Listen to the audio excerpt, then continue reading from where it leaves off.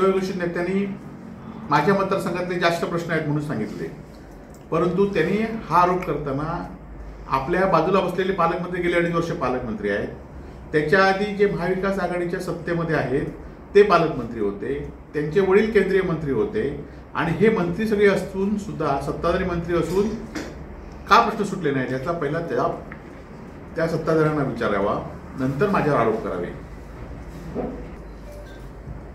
पालकमंत्र्यांनी कालच एका भाषणात सांगितलं होतं जनता दरबाराच्या नंतर की जनतेचे प्रश्न आणि सोडण्यामध्ये कार्यकर्ते आणि जनता यांच्यामध्ये दुरी निर्माण झालेली आहे।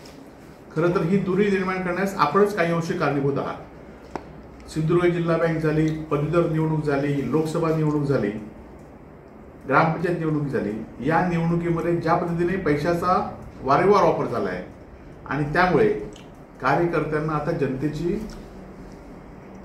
किंमत राहिली नाही।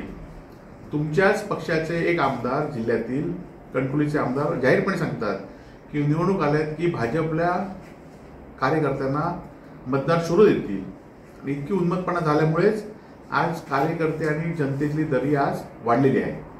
परंतु मला निश्चित खात्री आहे सिंधुदुर्ग जिल्हा हा वेगळा जिल्हा आहे, या जिल्ह्यामध्ये ज्या काही मागच्या गोष्टी झाल्या त्यातनं लोक सुधारतील आणि लोक आपल्या भूमिका बदलतील आणि लोकांना सुद्धा कळणार आहे की जर आपण काम करणाऱ्या माणसाकडनं जर काम करून घेतलं तर असा पैशाचा वापर जिल्ह्यामध्ये चालू देता कामा नये।